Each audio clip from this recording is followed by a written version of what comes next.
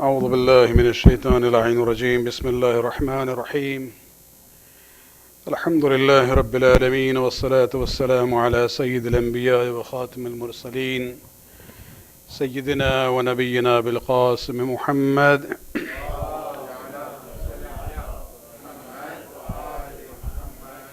وعلى أهل بيته الطيبين الطاهرين المعصومين واللعنة الدائمة الباقية على أعدائهم من الآن إلى قيام يوم الدين. أما بعد، فقد قال الله سبحانه وتعالى في كتابه الكريم: ضرب الله مثلا كلمة طيبة أصلها ثابت في السماء وفرعها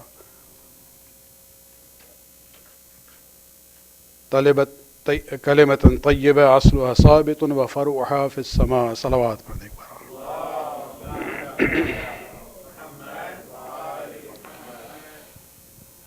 Tonight is the first Thursday of the month, but it's also falling during the time where, according to one narration, it will be probably the Ayyam Fatimiyya. We kind of formally or officially commemorate in the month of Jumada al-Thani, the earlier days of the month. Keeping that in mind, inshallah, we'll be ending with the zikr of Bibi Fatima Zahra salawatullah alayha.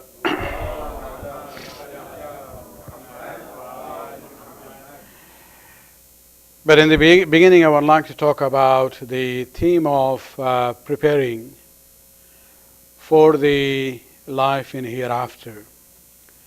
And when we talk about the life in hereafter, I'm not actually talking about the day of Qiyamah and after that. I would like to actually focus about the time which is known as Barzakh. You see, the issue about Barzakh is something not that much, discussed. And we have to realize that because all these phenomena of the stages of our life after death are beyond the comprehension of a human being or even the aql of a human being. And because of that, you will see Allah subhanahu wa ta'ala also has revealed many ayat about it. If you look at the total number of ayat which deal with the life in hereafter, death and after that, it's about 500 ayat. And if you compare the number of ayat where Allah subhanahu wa ta'ala talks about what is known as fiqh, Islamic laws, those are also around 500. And so it seems that, 500 ayat on Qiyamah is a significant number. And the reason why this is so because, human beings don't have the ability to know and comprehend that situation. And therefore Allah subhanahu wa ta'ala talks about it quite a lot. Of course, even the immediate audience of the Quran, the mushrikeen of Mecca, did not believe in the resurrection. They believe in God, and there was a problem that they used to worship idols.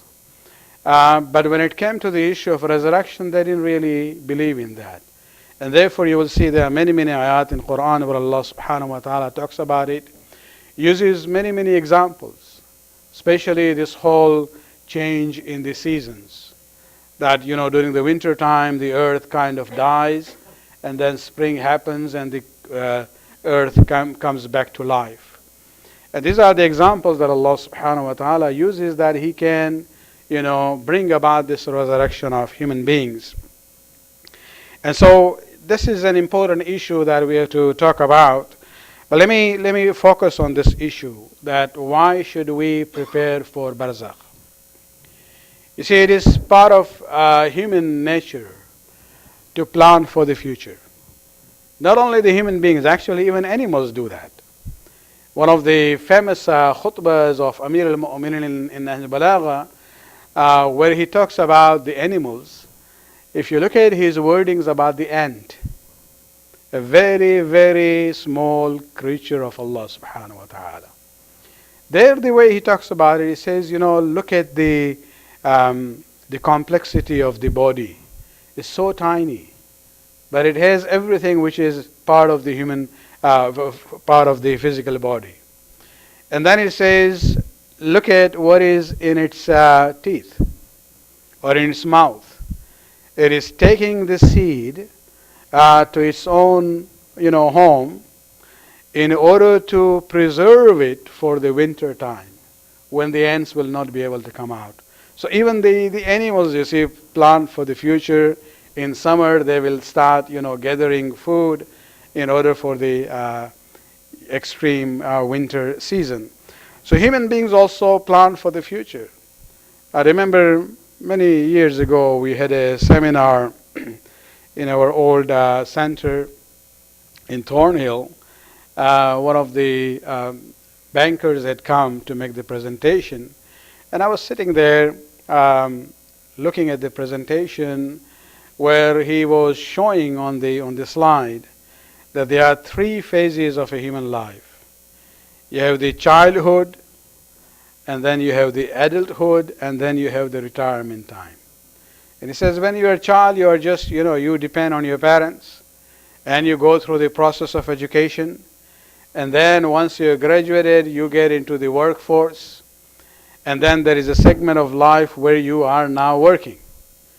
And then you end with the retirement time. He says every person who is working, he or she should not only be earning for the now, but also save something for the retirement. And when I look at that, I would actually extend it further.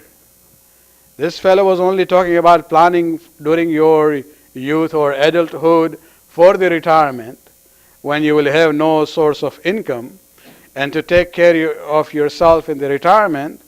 But then we will extend that graph. And we will say that you have to actually work not only for the retirement, you have to even be more vigilant, when it comes to the issue of your barzakh, and even more when it comes to the issue of the akhirah. Because retirement will be just a small phase of your existence. Barzakh would be longer, and the akhirah would be unending. And this is where we have to, think about these issues of barzakh and akhirah, and plan accordingly so that we have what is known as azad, the provision for the journey in the hereafter. Salawat.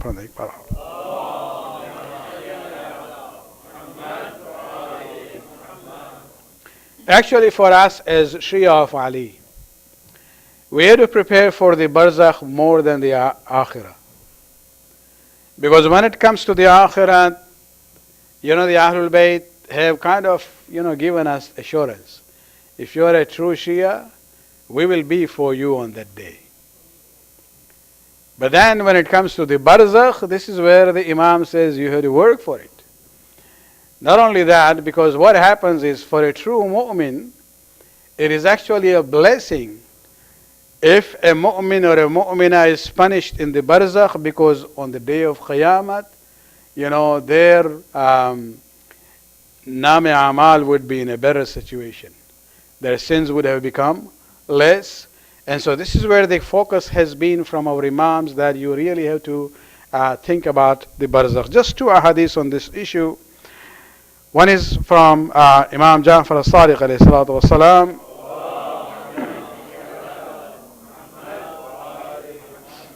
Where he says, وَاللَّهِ مَا أَخَافُ عَلَيْكُمْ إِلَّا الْبَرْزَخِ, that by Allah, I am not concerned about you except for the time of the barzakh.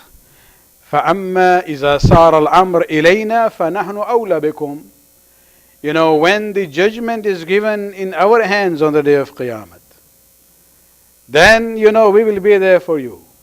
So day of Qiyamah will take care of you, provided you are a true follower of the Ahlul Bayt. But then the barzakh is the time where Imam is saying, مَا أَخَافُ عَلَيْكُمْ إِلَّا, I do not, fear for you except for the time of barzakh. In another interesting conversation of the same Imam with a person by the name of Amr bin Yazid,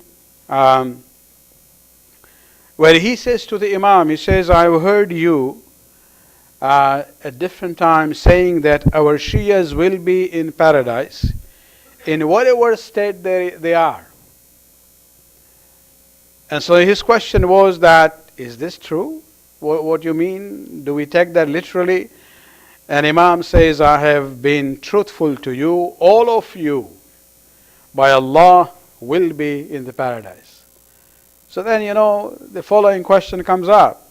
He, first of all, he is very polite and he knows his level.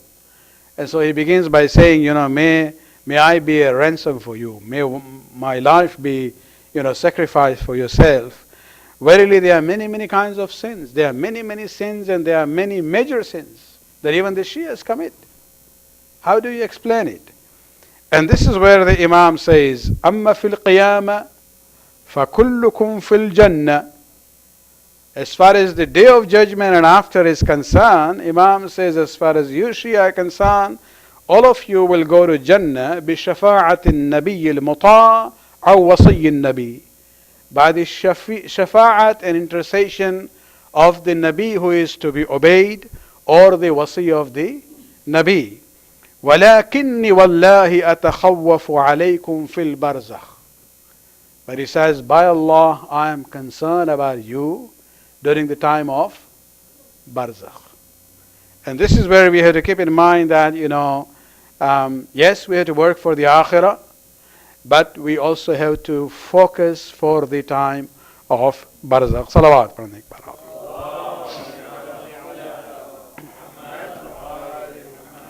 And so this fellow Amr bin Yazid says, can you explain what do you mean by barzakh? And this is where the Imam says, I'm referring to the grave from the time of death till the day of resurrection. And that is the time that you really have to prepare for that. Just to, keeping in mind, it's just a short majlis for Thursday night. Just one hadith about what are the things that we really need, especially during the time of barzakh. There are different kinds of ahadith in this subject. There are some ahadith where we are told that certain things will go with us and help us, especially in the grave in barzakh. Some ahadith talk about 3 things, some of them talk about 4 things, some talk about 5, and there is another one which talks about 6. 6 is the maximum number that we have seen in the ahadith. So going from 3 to 4 to 5 to 6. This is the hadith which actually talks about 6 items which are going to help us. And this is again from Abu Basir, quoting from the 5th and the 6th Imam, where he says that the Imam said, إِذَا مَاتَ الْعَبْدُ الْمُؤْمِنُ دَخَلَ مَعْهُ فِي قَبْرِهِ سِتَّةَ صُوَرٍ. That when a mu'min dies and when he is placed in the grave, 6 forms of, entities will be there. Now when we talk about these, this is a realization or materialization of our deeds, which we will actually be able to see. Allah subhanahu wa ta'ala will create the power of speech in those entities. And among them there will be one which will be the most beautiful, the most holy, and the most with the best of the fragrance. One of them will come and stand on the right, the other will come on the left, one will come in the front, the other will go at the back, and one will be towards the feet. وَتَقِفُ الَّتِي هِيَ أَحْسَنُهُنَّ فَوْقَ رَأْسِهِ. But the most beautiful or handsome, figure there would be there at the head of the person. فَإِنْ أَتَى عَنْ يَمِينِهِ مَنَعَتْهُ الَّتِي عَنْ يَمِينِهِ. And so whenever, azab will come, these forms which are there on different directions will support or protect this mayyit. And so now they are talking to one another. The one who is considered to be ahsanuhunna suratan, the most beautiful one, he will ask them, who are you? Can you introduce yourselves? Man antum jazakum Allahu anni khayra. And each one of them will respond. The one on the right will say, Ana salat. The first thing which will help us in the barzakh will be namaz. It will actually take a physical manifestation. And this is where we have to realize that, when we talk about salat, the reason why it's so important, where the Prophet says, as-salat umududdin, that prayers is actually the pillar of the faith, because salat, is a symbol of the right of Allah subhanahu wa ta'ala upon us. And this becomes the fundamental way of expressing our devotion to Allah subhanahu wa ta'ala. Then the form which will be on the left side, it will say wa ana zakat, I am the charity, and it refers to the wajib charity. The word zakat here does not necessarily mean that one zakat only. Anything which is wajib, zakat or khums or fitrah or other kind of dues. When you look at salat, salat becomes a symbol of the haqqullah. Zakat actually becomes the symbol of huququn nas, the rights of the people. The reason why Allah subhanahu wa ta'ala combines these two things in the Quran again and again is just to emphasize the point that Islam is not a religion which says, only worship Allah and then everything would be okay. No. You have to fulfill the right of Allah subhanahu wa ta'ala, but also be very careful about the people who are around you. Beginning from your family, the relatives, the friends, the community, and the humanity at large. The rights that they have, we have to fulfill them. And then the third one, the one which will be on the front, it will say, Ana siyam, I am your fasting. Basically here, fasting symbolizes what we call haqqun nafs. Because when you do the fasting, this is actually, you are reforming yourself. This is a very personal thing. It is actually the only act where there is more chance of sincerity. In all other things, you do it. And when you do things, there is always this, risk of riyah there. But when it comes to fasting, fasting means what? Not doing anything. It's not an action. It's actually just refraining from certain things. And that is why Allah subhanahu wa ta'ala really loves that. He says, when you fast, you do it for me, and I personally am going to reward you for it. And so you have salat as haqqullah, you have zakat as huququn nas, and siyam becomes haqqun nafs. Because we are trained to, strengthen and increase our willpower in order to control our desires and our emotions. And then the one at the back will say, Ana al-hajj wal-umrah. I am your pilgrimage, manifesting in this form. And this is where we have to realize that, Hajj and pilgrimage in a way becomes the symbol and mazhar of what is known as the haqq of the ummah upon us. Because the whole exercise of going all the way from your city, to Mecca, you actually do the ziyarat of Kaaba every day. During the time of namaz, what do you do? Which direction do you stand? So it is actually ziyarat of the Kaaba from far away. Hajj is the ziyarat of the Kaaba from near, right in the front. And so you are doing both things actually. This is ziyarat of a long distance, and this is a ziyarat which is very right in the front of you. But the whole element of Hajj there is to realize that you are not alone. You are part of the ummah. It doesn't matter what color, language, culture, ethnic background you come from, whether you are rich or poor, there everybody is same.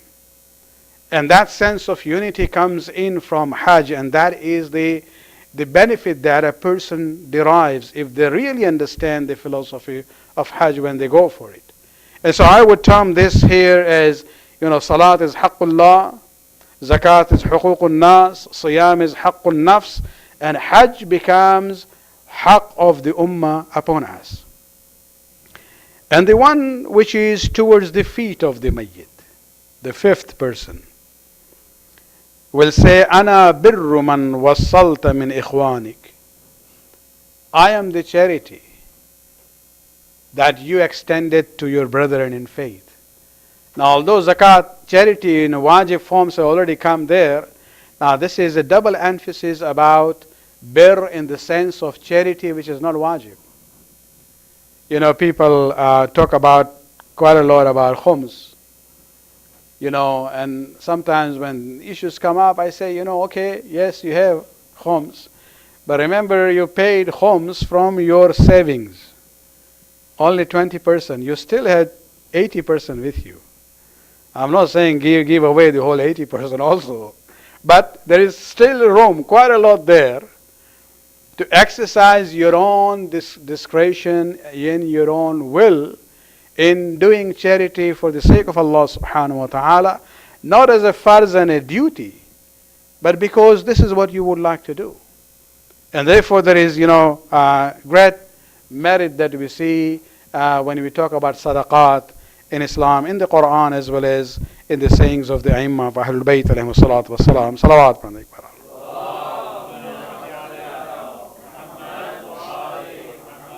So this will be the 5 forms around the person, in the form of namaz and zakat and fasting and hajj and charity.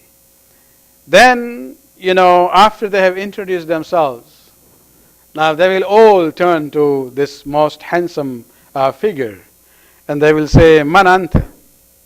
But who are you? And this is where he will say, and it's interesting, there are some hadiths where this fellow will say, you take care of your fellow, but whenever you have problem, I will be there. So it means this 6th fellow is the more powerful one. It says, when there is deficiency in you, I will be there to cover up for whatever weakness that you find. And who is this? Man anta? The answer is, wa anta ahsanuna wajhan wa atyabuna rihan wa abhanana hay'atan. You are the best of us. His response will be, wa ana al-wilaya li ali Muhammad salawatullah alayhim.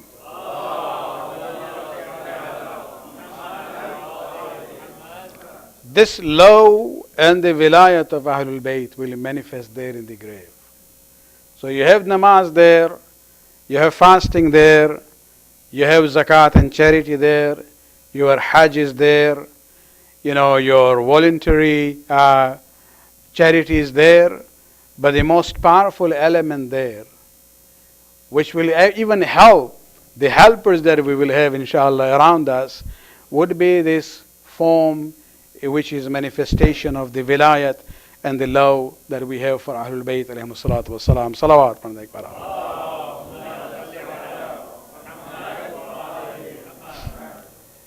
Just to, emphasize this point of the wilayat, why we emphasize on that. If you look at the sayings which are there in the hadith of Ahlul Sunnah wal Jama'ah, when they talk about arkan of deen, they use the term arkan, not usul deen. Pillars of faith, they talk about shahada, salat, saum, hajj, zakat, and shahadat is there.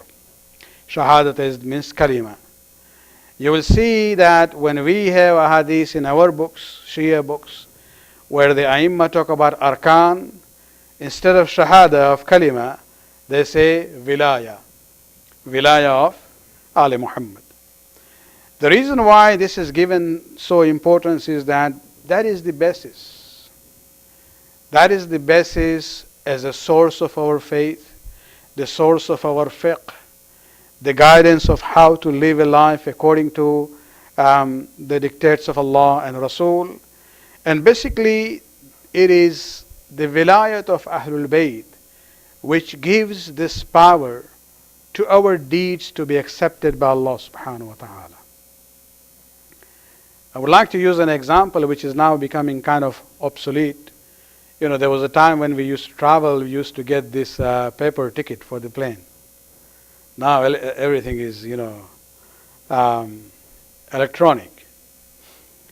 But when you used to have this ticket, the most important column there was which would give you the name, your own name as a passenger, and then it will give the date of the traveling, and the origin and the destination, airline name and whatever. At the end, there was one column which for us living in North America, it always said, 2p, 2 pieces. It means that in that ticket, it doesn't only say that you as a traveler have a right of passage in this carrier, and it does not only give us the time and the date and the origin and the destination. It also says you have a right to take 2 pieces luggage with you. Now just think about it. Malakul Maut is coming to us. We didn't do any reservation. It was done for us the day we were born. And he says, this is your ticket. It has the name there. The date is there. The destination is fixed. But then you ask, okay, what can I take with me? That last column there is the wilayat of Ahlul Bayt.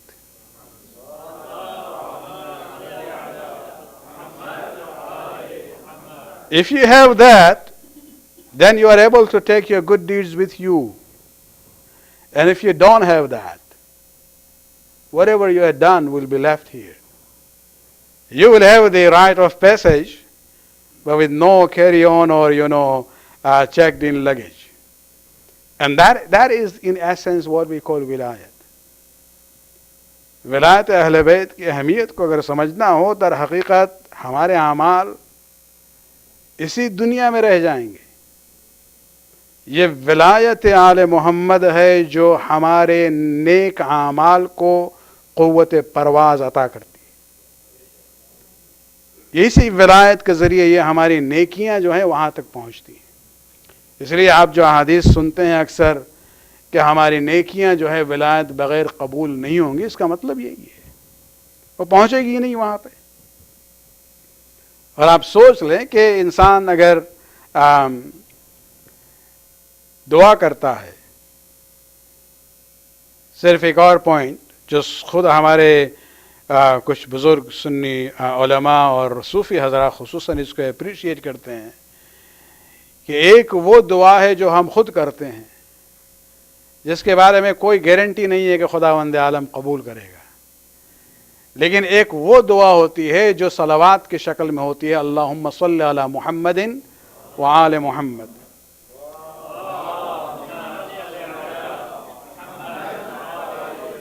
اور یہ وہ دعا ہے جس کے بارے میں ہمیں یقین ہے کہ خدا قبول کرے گا، اس لیے کہ یہ وہ دعا ہے جس کا حکم خداوند عالم نے خود ہی دیا ہے. نہ صرف یہ کہ خدا نے حکم دیا ہے، ان اللہ و ملائکتہ یصلون، خود اللہ بھی صلوات پڑھتا ہے اور ملائکہ بھی صلوات پڑھتے ہیں. تو اس لیے یہ کہا جاتا ہے اکثر کہ اپنی دعاؤں میں آپ پہلے شروع کریں صلوات سے اور اینڈ کریں صلوات سے، اس لیے کہ وہ دو صلوات جو ہیں شروع اور آخر میں اس کو تو خداوند عالم قبول کرنے والا ہے. لیکن یہ عجیب سا لگے گا خود خداوند عالم کو بھی کہ بھائی ہم یہ فرسٹ اور اینڈ کو تو قبول کر رہے ہیں، بیچ میں جو ہے اس کو ہم اگنور کر رہے ہیں. تو یہ در حقیقت خود ایک شفاعت کا ذریعہ ہے. اکثر لوگ پوچھتے ہیں کہ ان کو کیا ضرورت ہے کہ ہم صلوات پڑھیں، اس لیے صلوات جو ہے دعا ہے، اللہ سے ہم دعا کرتے ہیں محمد آل محمد کے لیے.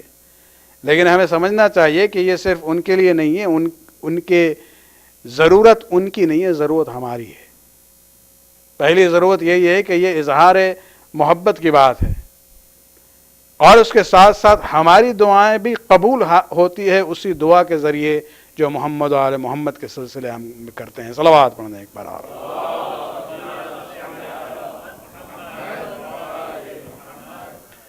اور جہاں تک ولایت اہل بیت کا سلسلہ ہے، اس ولایت میں در حقیقت حلقہ وصل جسے کہا جاتا ہے، نبوت اور امامت کے درمیان یہ وہ لنک ہے جس کا نام ہے فاطمۃ الزہرا.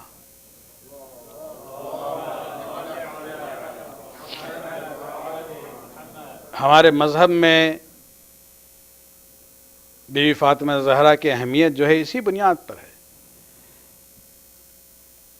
یعنی ہمارے یہاں جو بحث ہوتی ہے کہ رسول اور ائمہ کے اقوال ہمارے لیے حجت ہیں، بائنڈنگ ہیں، اس میں یہ بھی بات ہوتی ہے کہ یہ صرف رسول اور ائمہ کی بات نہیں ہے، بلکہ ساتھ ساتھ جناب فاطمہ کی بھی بات ہے. یہ بھی ہمارے لیے ایک حجت خدا ہے، نبی کی شکل میں نہیں ہے، امام کی شکل میں نہیں ہے. اور اسی لیے ان کی اتنی اہمیت تھی کہ آپ تاریخ اسلام میں اگر دیکھیں تو رسول اسلام کی زندگی میں دو شخصیتیں تھیں، بہت اہم تھیں مکہ میں. ایک طرف جناب ابو طالب اور دوسری طرف جناب خدیجہ. اور جب تک یہ دونوں حضرات زندہ رہے، اور ان کی وفات بھی بہت ہی ایک دوسرے کے وفات سے قریب واقع ہوئی ہے، ایک ہی سال میں، اس وقت تک رسول اسلام مکہ میں رہے. ان دونوں کے وفات کے بعد رسول اسلام کی جان خطرے میں پڑ جاتی ہے اور حکم ہوتا ہے کہ وہ ہجرت کرے. یعنی ایک لحاظ سے کہا جا سکتا ہے کہ خود رسول اسلام کی زندگی میں دو حمایتی ستون تھے، ایک مرد اور ایک عورت، جناب ابو طالب اور جناب خدیجہ. ایگزیکٹلی یہی سچویشن نظر آتی ہے امیر المومنین کی شخصیت میں، کہ ان کی زندگی میں بھی دو حمایتی ستون تھے، ایک رسول اسلام کی شکل میں اور ایک جناب فاطمہ کی شکل میں. یعنی جو حالات ہوئے ہیں رسول اسلام کے وفات کے بعد، اس میں جو کنٹریبیوشن رہا ہے، جو سپورٹ رہا ہے جناب سیدہ کا، تمام مظلومیت کے باوجود، تمام مصائب کے باوجود سیدہ نے سب کچھ برداشت کیا ہے صرف علی کے خاطر. یہ پوری فدق کا معاملہ جو ہے، فدق جو ہے ایسی بات نہیں ہے کہ جناب سیدہ کو کوئی خواہش تھی اس جائیداد کی یا اس ملکیت کی جو رسول نے انہیں عطا کی تھی. نہیں، یہاں مٹیریلسٹک موٹیو کی بات نہیں ہو رہی ہے. ابن ابی الحدید معتزلی، چوتھی صدی کا کامنٹیٹر ہے نہج البلاغہ کا، یہ معتزلی فرقہ کا شیعہ سنی عالم تھا، اور وہ کہتا ہے کہ ہم بغداد میں جب پڑھتے تھے اور خصوصاً یہ فدق کے واقعات کو ہم نے دیکھا ہے، تو ہم نے اپنے استاد سے پوچھا کہ کیا خلیفہ اول کو جناب سیدہ کا یہ ڈیمانڈ جو ہے اس میں سچائی نظر نہیں آئی؟ تو خلیفہ اول کے بارے میں خود استاد کہتا ہے کہ یقیناً خلیفہ اول کو معلوم تھا کہ یہ دعویٰ جو ہے سچا ہے. تو پھر ابن ابی الحدید معتزلی شاگرد پوچھتا ہے استاد سے، تو خلیفہ نے کیوں نہیں without asking for proof and witnesses دے دیا فدق کو؟ اس وقت استاد مسکراتا ہے، کہتا ہے تم دنیا کو نہیں سمجھتے ہو، تمہیں یہ نہیں معلوم ہے کہ فاطمہ آئی تھی فدق کا دعویٰ کرنے کے لیے، فدق کے خاطر نہیں. اگر فاطمہ فدق کا مطالبہ کرتی اور خلیفہ اول without demanding proof and witnesses مان لیتا تو امیڈیٹلی سیکنڈ ڈیمانڈ سیدہ کا یہ ہوتا کہ خلافت جو ہے علی کا حق ہے. تو وہ جانتا تھا، حاکم کو جو ہے اسے معلوم تھا کہ what is going to be the next step، لہذا اس نے پہلے ہی معاملہ جو ہے ختم کر دیا. تو سیدہ نے فاطمہ یہ فدق کا جو مطالبہ کیا ہے اپنے لیے نہیں تھا، یہ بھی علی کے لیے تھا. جو کچھ کیا ہے جناب فاطمہ کی رضا علی کی خاطر ہے، ناراض ہوئے ہیں لوگوں سے علی کی خاطر. اور یہ اتنا بڑا یہ حمایتی ستون تھا علی کے لیے کہ وہ بندہ جو زندگی میں کبھی چیخ کے نہیں رویا ہے، ایک موقع آیا ہے علی کی زندگی میں کہ جہاں چیخ کے روئے ہیں. اور یہ اس وقت کی بات ہے کہ جب امیر المومنین جناب سیدہ کو غسل دے رہے تھے اور اسماء بنت امیس جو ہیں پانی لیا کے مدد کر رہی تھی. اصحاب کا یہ کہنا ہے کہ صحن مسجد النبی میں ہم لوگ بیٹھے تھے، ایک مرتبہ علی کے رونے کی آواز آئی، بلند بلند آواز میں رو رہے تھے. اور جب بعد میں پوچھا گیا علی سے کہ آپ کو کبھی بھی اس طرح سے چیخ مار کے روتے ہوئے کسی نے نہیں سنا تھا۔ اس وقت علی نے کہا کہ ہم جب چادر کے نیچے غسل دے رہے تھے، میرا ہاتھ جب پہلو پہ گیا ہے تب مجھے احساس ہوا کہ یہ زخم جو ہے کتنا گہرا تھا۔ عزاداران حسین، یہ وہ مصیبت تھی کہ جس کو جناب سیدہ نے امیر المومنین سے بھی چھپایا ہوا تھا، اور احساس اس وقت علی کو ہوتا ہے، اس لیے وہ اس طرح سے روتے ہیں۔ عزاداران حسین، وصیت کے مطابق اس جنازے کو رات کی تاریکی میں اٹھایا گیا۔ صرف گھر والے موجود تھے اور جو قریبی اصحاب وہ موجود تھے، اور جب جا کے دفن کیا گیا ہے، خود امیر المومنین نے کچھ اور قبریں بھی بنائی ہیں، اس لیے کہ جب خبر ملی ہے کہ فاطمہ کو دفن کیا گیا ہے، جب اعلان ہوا کہ نہیں ہم لوگ قبر کو کھود کے دوبارہ نماز جنازہ پڑھیں گے، اس وقت علی نے اپنی تلوار کو نکالا ہے۔ علی نے ہر مرحلے پر صبر کیا ہے۔ بس ایک آخری منظر آپ کے سامنے شیخ عباس قمی کی روایت ہے منتہی الاعمال میں، کہ جب امیر المومنین نے جناب سیدہ کو لحد میں لٹایا ہے، دو ہاتھ نمودار ہوتے ہیں، علی نے ایک جملہ کہا ہے، یا رسول اللہ، یہ آپ کی امانت ہے، آپ کو لوٹا رہے ہیں، لیکن احساس دل میں یہی تھا کہ امانت ہمیں صحیح سالم ملی تھی، لیکن امت نے جو ظلم کیا ہے، اے رسول اپنی بیٹی سے آپ خود ہی پوچھ لیجئے گا۔ الا لعنت اللہ علی القوم الظالمین سیعلم الذین ظلموا ای منقلب ینقلبون۔ خداوند اس خلیل بات قبول فرما، ہمارے گناہ کو بخش دے، ہمارے توفیقات میں اضافہ فرما، عوام کے ظہور میں تعجیل فرما۔ ربنا تقبل منا انک انت السمیع العلیم۔